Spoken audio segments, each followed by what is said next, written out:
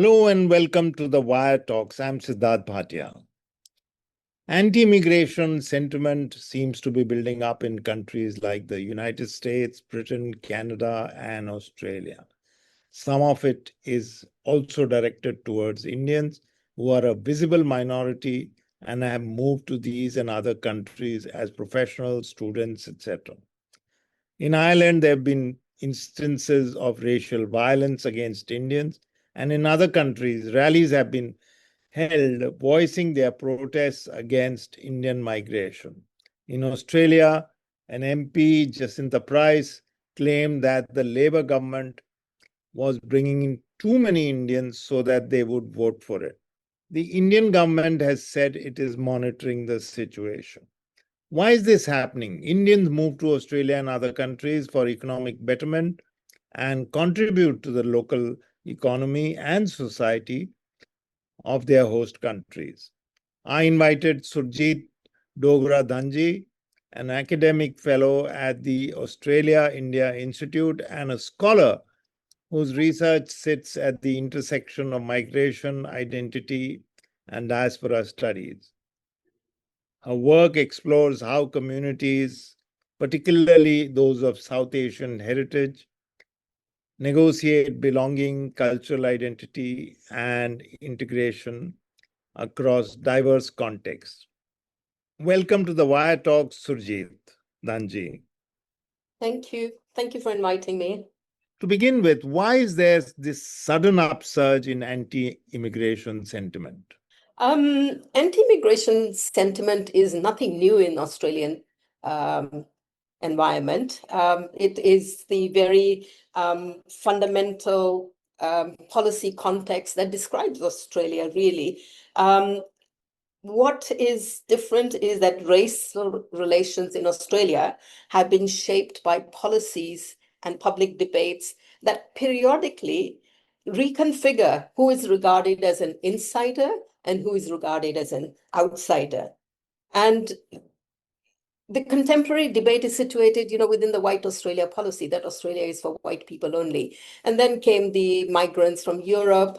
They were brown, they ate different food, they talked differently. Then came the boat people, then came the Cronulla riots, and then there was the Indian student violence, if you will remember. And so it's almost like as if it's in the Australian psyche that the new migrant has to bear the brunt of anti-immigrant sentiments. But anti-immigrant sentiments are always the crux of the migration policy that decides who comes and how many will come.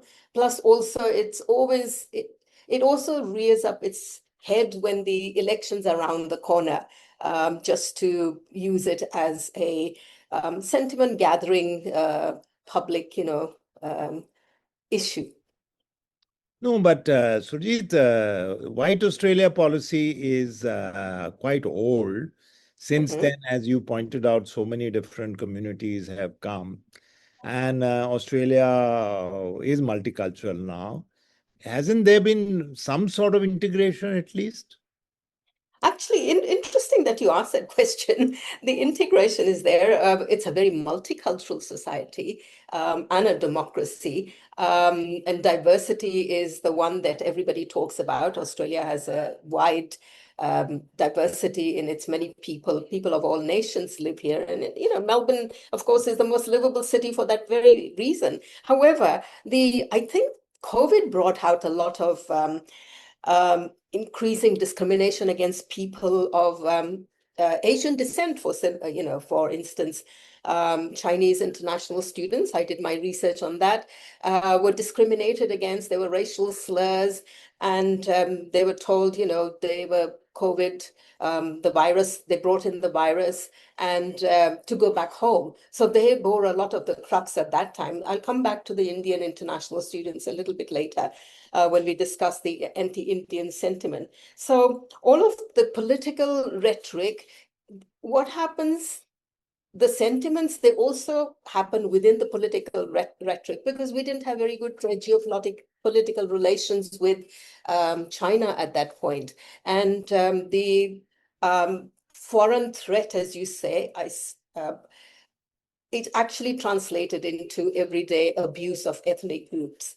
So, a lot of the messaging that comes across is as if migration is a problem. Even leaders sometimes, like the Liberal opposition leader Dutton in his time, turned around and said that the Labour Party had opened the floodgates to allow Indians and Chinese in. And the increase in student numbers, they were a burden on the infrastructure, on the housing affordability, transport, health services, etc., which is all, not really true. There is enough evidence to say this is wrong. And so When this is what happens. when was that? When was that said? Which are you By talking the about by Mr. Dutton, who that opening the floodgates? I think yeah. it was, I would have to get you the year. But Generally, generally, about 2012, okay, 2016, yes. Yeah, okay. so yes, migration numbers are capped by the migration policy. And, Dutton was also in charge of Home Affairs, the Ministry of Immigration. And then for him to say something like that, it doesn't bode well for migrants. Yeah. So you're saying nothing new, but with all these things that you've said, including the white Australia policy of your and COVID and the elections, etc., those are markers, no doubt. But with all you have said, the seed, the kind of basic prejudice against outsiders coming into Australia in an Australia that already exists and is of a particular hue, a particular kind of a social construct. With all that, that seed has not vanished. No, no, that hasn't. It keeps, like I said, as elections come nearer, the political rhetoric also centers around appealing immigration policy towards the nativist arguments. So one may ask, what are the nativist arguments? And here's the crux of them. Housing shortages, infrastructure pressure, public service strains on transport, roads, and they present the argument for restricting immigration. They criticize the number of international students coming. And so everything that is a war on the economy and the social life of what used to be is now, immigrants are to be blamed for it, because their life is not as it used to be. What is different this time, however, is that the Indian migrants have been targeted. So that is new. Coming back from 2000, 2008, and 2009, when Indian international students were victims, they were attacked and robbed, and there were quite a lot of incidents. It created a furor between the two governments, the Indian and the Australian government. And migration went down to almost nil because of what was going on. And the two countries only managed to ramp up the migration numbers, migrants coming to Australia in 2016. It was just beginning to pick up. So a slur like this that comes at a very crucial time, just another 2 years to elections, is definitely slanted towards with a political angle, also to appeal to certain sections of the population, like well, you talked about protests in the UK.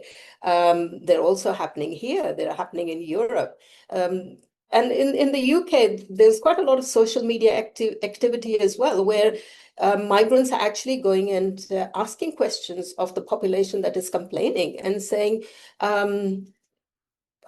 you know, I'd like to hear your views. And when they say, you're the cause of affordability and all of that, and they say, where do you live? I live in a council house, and they're on benefits and things like that. So it's really just a sentiment of racism and discrimination. Yeah, I More, was coming to that. I was coming to that. The comments that emerged and what we read was that more Indians had come in the last 5 years uh, than in the last 100 years. Now, yes. my question to that is, A, is this just rhetoric? And B, are there numbers that can show whether this is true or not? Certainly. Okay, the population of Australia has gone down, gone up rather, with 27 million people, and about 31%, which is a figure that has gone up, of the people in the population in Australia have either one parent or two parents born overseas. And what are the two source countries? The largest source countries are India and China. India overtook the UK to become the #1 source country, both for international students as well as for skilled migrant labor. And China is #3, followed by Philippines and Nepal. So yes, Indian community is one of the fastest growing ethnic community. Majority of them are young people within their 20s to 40s. They're all working, they're all earning or studying and working. They pay their rents, they pay their taxes. In fact, the Indian community is one of the community groups that pays very high taxes, and they're all educated people. They speak English. Many of the migrant workers have come here because the Australia needs migrant workers. We have labor shortages that we don't have enough Australians to fill those gaps, and that is why the migrants come. They have applied for visas, they have been given those visas, so once they're here, it's wrong to point a finger at them and say that, you are coming and being a burden on the society. Quite the contrary. The Grattan Institute has a report to say that every migrant will be adding $250,000 in their lifetime to the graying population of Australia. And of course, the migrants also help bring up the fertility rate, which is declining in Australia. So a lot of this is rhetoric that has no fact-finding evidence. You said for 8 years or so there was no migration because of the riots or the violence against It it. went down considerably. Yeah. Yeah, so the Yeah. numbers went down Yes. considerably. Yeah. And now the Indian community is one of the fastest growing. So Yes. that you could argue that it's catching up. This could Yeah. have been spread over a few years, But but there's a very important point as well. During COVID, the borders were shut down. International borders were closed. So there correct. was a huge backlog because uh, former Prime Minister Morrison, he said to Indians it was time to go home because we need to look after our own citizens. So they all, if you can't support yourself, you go home. So a lot of them left.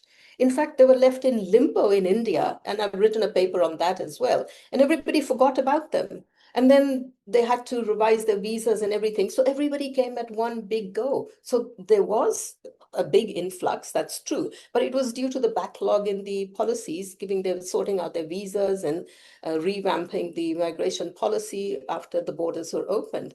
So, but immigration is quite within the numbers that the government has in mind. They're not increasing over and above anybody else. And this point you mentioned, a very important point that they contribute to the economy and they are largely educated. They are, high, so good salary earners, taxpayers, etc., etc. Is that not widely disseminated? It's you see, there are two, I'm going to take this from two angles. One of it is that the government must come out. It has come out, actually. DFAT published a report in 2021 to say that the mapping the diaspora, that the Indian community was a national asset. So there is recognition of that. Then when I did another survey in 2024 for 2 years, asking the Victorians, what do you think about India and the Indian diaspora? And it was very positive findings that they're very happy with Indians coming in. They're very polite, they mix in, they integrate, they do the jobs and things like that. One of the findings from that report was on leadership. We don't see Indians in leadership roles. And this comes to my trying to answer the question from my own perspective is to say, one is that we need a concerted effort by the Indian community, the diaspora itself, to tell the government, you need to come out and talk to the layperson who only addresses the social media or watches the 10-minute segment on television news, that Indians are contributing. The educated, the literati, the economists, people in white-collar jobs, they all know about it. But it's the rest of the populace that doesn't know about it, and this needs to be hammered through and through. The second thing, Siddharth, is also the fact that we don't have enough Indian background, people of Indian background in our government. At all three tiers, not in the councils, not in the state governments, and not in the federal government. So there is a lacuna there. And this lacuna rears its head as well, because here we do not have somebody. It's okay to go and talk to communities, but how many communities will you talk to? The Indians are a very heterogeneous demography of people. You'll go to the Tamil, you'll go to Bengali, you'll go to the Punjabi, you'll go in. The Federation of Indian Associations in Victoria, Srinivasan, he turned around, the president, he turned around and said, stop using my Indian community as a political football. And that is exactly what it is, a political football.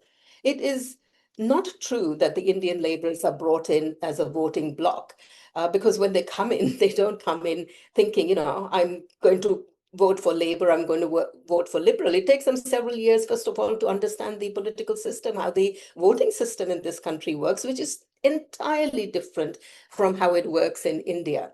And so that's one thing. The second thing is the Indian values, if you think about Indians being having business in their DNA, is more liberal values. Having a roti kapda makan, so to speak. So they want to get ahead in life, to look after the future of their children, have a new life and a new country where they can contribute and be recognized as people who have an identity and a belonging. But when you have the Liberal Party coming out and saying, we need to control immigration, we need to cap international students, we need to cap migration at a time when India is the leading source country, then what message are you sending? What is the Liberal Party sending the message to the Indians? So that could be another reason as well, taking it from that kind of an understanding. Well, just to make this one point, that getting involved in local government or in any other kind of politics at any level is usually happens in communities which have been there for much longer.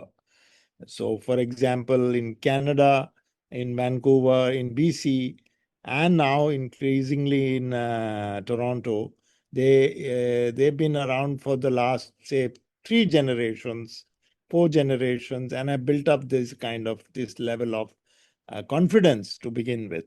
The ditto in Britain, and certainly ditto now increasingly in the United States, where Yes, the educated. So I think that we can see some logic, but anyway, that's just keep. however, we do have third generation and fourth generation Indians in Australia as well. The Woolgoolga banana plantations, sugar caners, they have a history of families who have been here for at least 100 years. So a small number, but nevertheless, they're here. And yes, our diaspora is much smaller compared to UK, Canada, and of course, Britain has a different history. This sudden, in quotes, sudden influx of Indians because of the backlog, has it made them more visible? And I'm going to ask a question which is a little bit controversial. uh, have their cultural values started coming in the public eye? Yes, yes, of course. In fact, when I was doing my research on the international Indian student violence, one of the reasons that the community leaders were telling me was that Indians are now becoming very visible and not always in a positive manner. They're standing at train stations or bus stops and the Indian community itself was then divided when the visibility was, coming up because from 1970s they had ready jobs waiting for them, and then you had the international students brought a totally different kind of Indian to Australia. So there was also tension within the community. But yes, they have become visible, and sometimes not always in the white collar jobs, sometimes in the blue collar jobs. They're, working in hospitality. Students are working in hospitalities. They're working as security guards. They're becoming couriers just to, do those extra 20 hours in which they can earn their maintenance while they're in Australia. So this also created kind of a division between the community itself, which was part of my research. Um, and I'm building up on it. So that was number one. The second thing was the visibility, yes, in a very big way now, but also in a very positive light, because Australia's IT sector, Australia's economics, Australia's healthcare sector, aged care sector, childcare sector, and then, of course, the hospitality, where you see a larger visibility, um, cannot function without the presence of migrants, and Indians are a very large part of that migration. So yes, they are visible. You're absolutely right. No, my point was more about also about cultural values in the sense that uh, Yes, the kind of let's say somebody's been here for 2 generations, parents came and they've grown up. They have learned the ins and outs of Australian society, but you have this sudden influx, and many of them say, for example, celebration of festivals in a yes, more yes. more on a Sorry, louder, more visible way. sorry, I didn't address that. Yes, And Diwali. and and how does the Indian community, the old established Indian community itself, also view this? In fact, the Indians are very happy because it is a mela, just like in India. Diwali, Vaisakhi, um, uh, Onam, all of these festivals have become very much in the public eye, and they're held at public venues. And the government, people from the government, people from multicultural faiths, different institutions are invited to come and participate. And they love it as well because they come loving to dress up in the Indian regalia and be part and parcel of the Indian community. Um, Another example of that is the International Film Festival, which Mitu Bomik has taken to a really high, another level, where different kinds of Bollywood stars come to Australia now. And then you have government people coming and giving out prizes, and you see the snippets of the films and things like that. So it's become another mela, as I call it, and the Indian community is very much part of it, and they're very visible because the traffic, the congestion, the finery, it's like a red carpet for the Emmys or the Grammy Awards or something like that. So yes, it has impacted the culture. No, but does that come in the eye of the Yes, uh, definitely. racist or well prejudiced Australian who says, "What is this tamasha?" Um, Not really, because I think it also brings in the International Film Festival. As you know, the film production between Australia and India has had greater inroads, bilateral trade going on. So people do understand that, but not there are always small elements who will say, "Oh my God, my train is delayed," or "I can't find a parking." Sure, that also happens. Yeah, so it's that part. I think Indian visibility on the ground in these matters, whether it's a film festival or an Onam or Diwali, is something which may everyone else could participate in. Yes. But Siddharth, I'm also going to tell you something very interesting is that the protests, the anti-immigration protesters, after they finish the protest, they're going to go and have yum cha, or they're going to have a curry, Indian curry, or they're having all of these things, and yet the protest is all about anti-migration. So it's a paradox that on the one hand, you don't want them in, but you're happily enjoying the food and the culture they bring in. Well, you can't do without the curry, I suppose.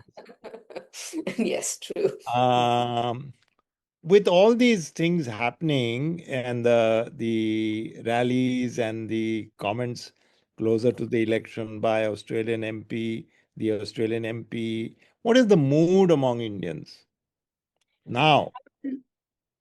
I'll tell you about a little anecdote about an election that happened very close to the area where I live.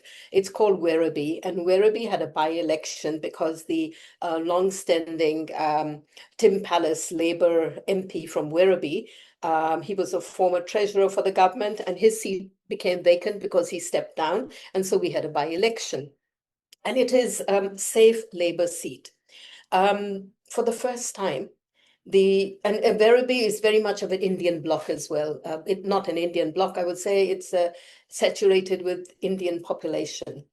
So Werribee is very much a safe Labour seat for Labour. However, for the first time, there was a swing. Liberals got a swing, and Labour lost, seats from 45 in 2022. They went to 29, a 10%, and the Liberals got from 29% got a swing by 10%. So, the mood was shifting. And the mood was shifting not because of anti-immigration sentiments, but the residents of Werribee demanded services. They were saying it's enough to keep promising us and then not delivering. We're no longer going to buy this message. So the Indians that are the larger part of the community in Werribee are becoming more politically savvy. They don't want to just, they're saying, if you want our vote, then you've got to give us the services that you promised as well. So the Liberals got a swing, and then the local state premier came down, and actually the premier came down and gave a short speech to swing the vote back to Labour again. That's how important this seat was. Of course, we'll get the elections again and things might change again. But this is also an insight into Liberals pushing in Labour comfortable areas to think that there is a chance of swinging the populace towards their side. No, but is there some kind of concern that all these rallies have suddenly emerged, or for example, these I read somewhere about some ladies who said defiantly we are going to wear saris and go out. Yes, the doctors, yes. No, so my question basically is that is there any chance that things could get even hotter with Personally, I hope not, and I don't think so. I think it's going to be a blip because the Prime Minister, Anthony Albanese, has come out very strongly and asked Senator Jacinta Price to apologize because what she has said is not based on facts. The premiers of various states have also come and told her to, apologize, and she's been moved from the front bench to the back bench now. So actions are being taken, and these will be seen as something that she said. She did retract her words, but she didn't apologize. So this will be seen as something that both parties, the Liberals and the Labour Party, are afraid. They don't want it to get out of control, especially because, India and Australia have a very good relationship, working relationship as well, a bilateral, trade agreement. So I think what also needs to happen is for the Indian community itself to have a greater voice with the government. We I have heard that they want to take to the streets and protest. By and large, Indians are not activists. They're not, they don't take to the streets to march, demanding rights and things like that. But they definitely, I've heard from the diaspora that they want to put a united front to have one voice. I know the Hindu Union has made a comment. No, the Hindu community has made, the Hindu Council has made a comment to the government asking for a special envoy to be just like they appointed, just established, just like they have done for the anti-Islamophobia, anti-Semitism, to have something similar. The Hindus for Human Rights has made a statement as well, but there are others who say that we want an envoy who should address Indian, not Indian, in Indian, not Hindu or whatever, not leaving others out, but we also want to have one for South Asians. So that it is more secular as well.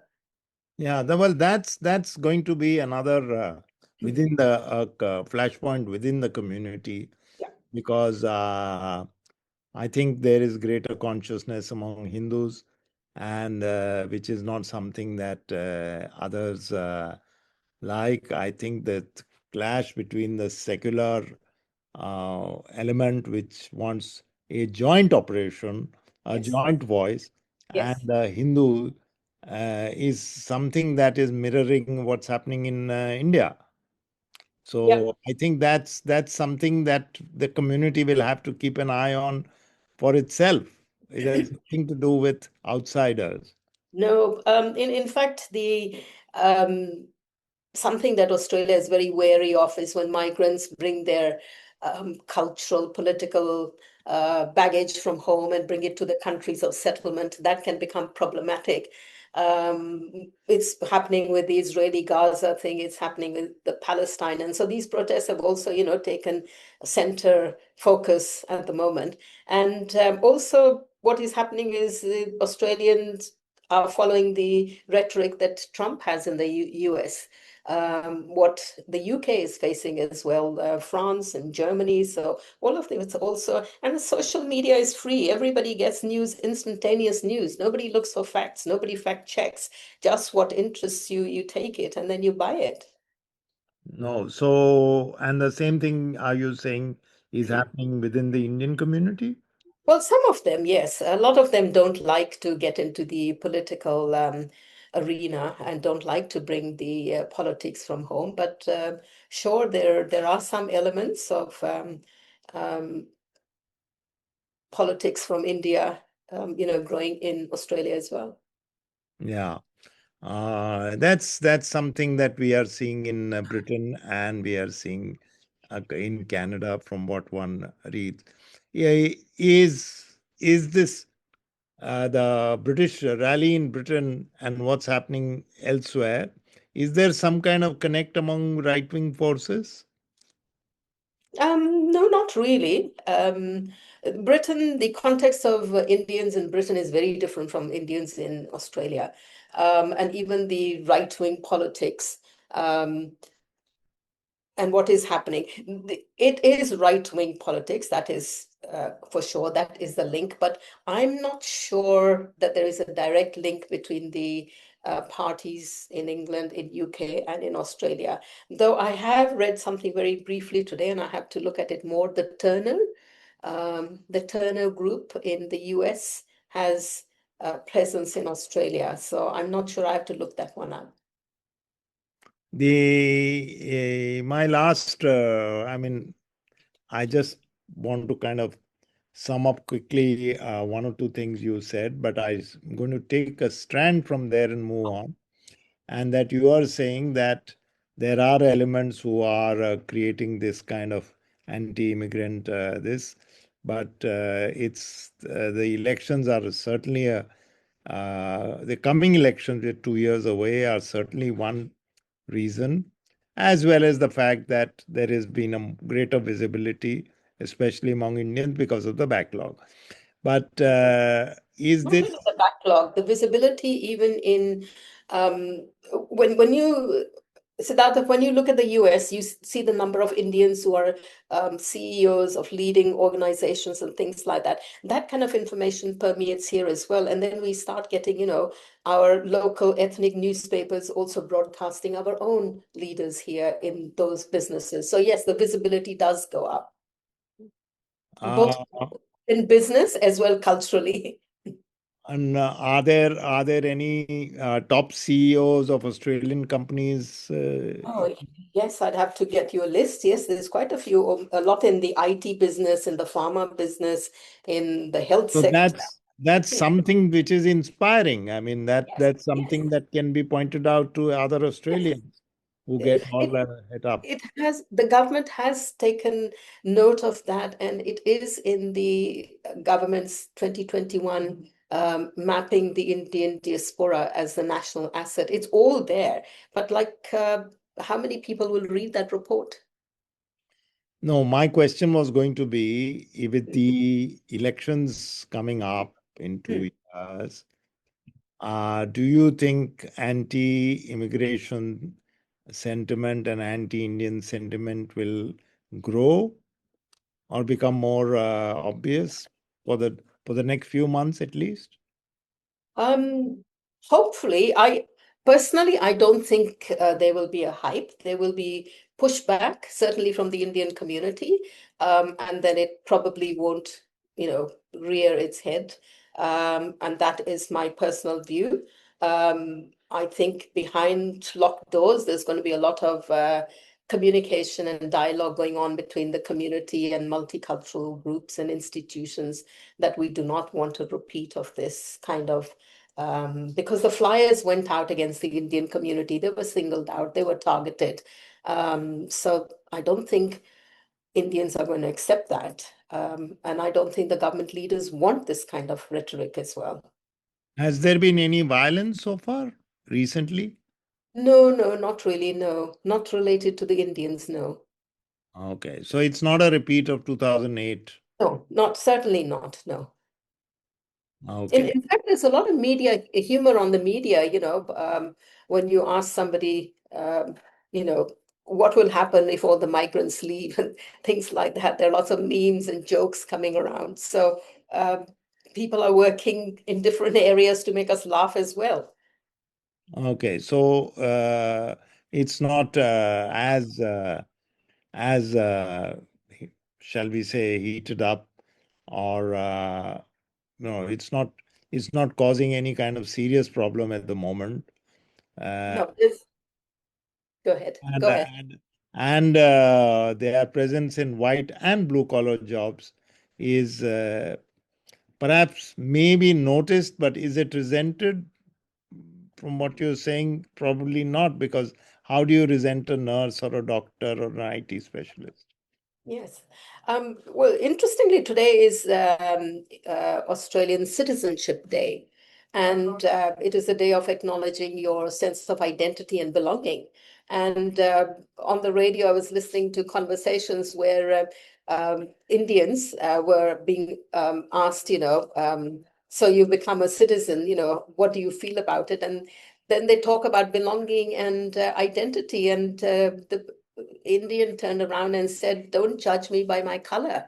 I have an equal right to of belong here, to have an Australian identity, because I have done the hard yards and I live here just like you do. But I'm working, I'm earning, I'm paying taxes, I am doing everything right. What about you?" Yes. So that's this is encouraging. Certainly, from what permeates through what is happening in Britain is very dangerous. In Mm. Canada, they stopped taking students for a couple of years Yes. because every political party was blaming the housing crisis on them, the students and migrants, because it was the easy way out. And Yes, absolutely. and I'm sure there are elements in Australia who do that. But you are When saying, it comes to the housing affordability, do you know, Siddharth, during COVID, the pandemic, when the migrants were told to go home because Australia needed to look after its citizens, there was very little migration, but the housing prices were still going up. yes, that's what Yeah, there's no connection with there's no reality. connection. No, it's just an easy way to blame the newcomer. The the newcomer is the outsider, and it takes time to become the insider, questionably, even though you're a fluent English speaker, you speak two, three languages compared to people who only speak one language. You have a job, you get up, you pay your taxes, you contribute, you're a community leader, you're a volunteer, you do all the things. So the question that this Indian lady asked on the radio was, how much more do I have to do to become an Australian? And when will you leave your sentiments aside? In fact, what I mean, I spent some time in Canada. What I noticed was that older migrants also look down on the recent migrants. So the fresh off the boat kind of element. So I think that those problems and prejudices remain, but integration has to happen Yes, ultimately. definitely integration has to happen. That's a whole new talk, which we should have at another time. The uh, During 2000, 2008, 2009, that's what I learned within the community, the older migrants looking at the newer, fresh off the boat migrants, and the disjuncture, which was part of the reason why the Indian students had no help, no support. Okay, well, thank you, Surjeet. You have really given us given me a lot of food for thought because what's happening in the Indian papers is somewhat at variance with some of the nuances that you have offered, because newspapers just write the obvious hyped up things. But as long as political parties, as long as the Prime Minister himself, and as long as the government have stepped in to say no and there is pushback, I don't think the situation will really get out of hand. I So, hope not. Both the Liberal Party leaders, the Labour Party leaders, and the Indian associations have all, stepped in, including, like I said, the opposition leader of the Labour Party, who has asked Jacinta Price, Senator, to apologize and has actually moved her from the front bench to the back. It speaks volumes. it does speak volumes. I think it's a major symbolic gesture. So, thank you very much for providing us this. Again, I repeat the word nuanced understanding of what's happening in Australia, and who better because you have been studying it for any number of years. Thank you. That was Surjeet Dhanji, who is a scholar studying migration patterns as well as many other issues related to migration. I'm sorry, I'm not going to read out the whole CV all over again because academic CVs sometimes, sound a little difficult to grasp. So I'm not going to do that. But you are an expert on migration, and thank you very much for joining us. We will be back once again soon next week with another guest. Till then, from me, Siddharth Bhatia, and the rest of the Wire Talks team, goodbye.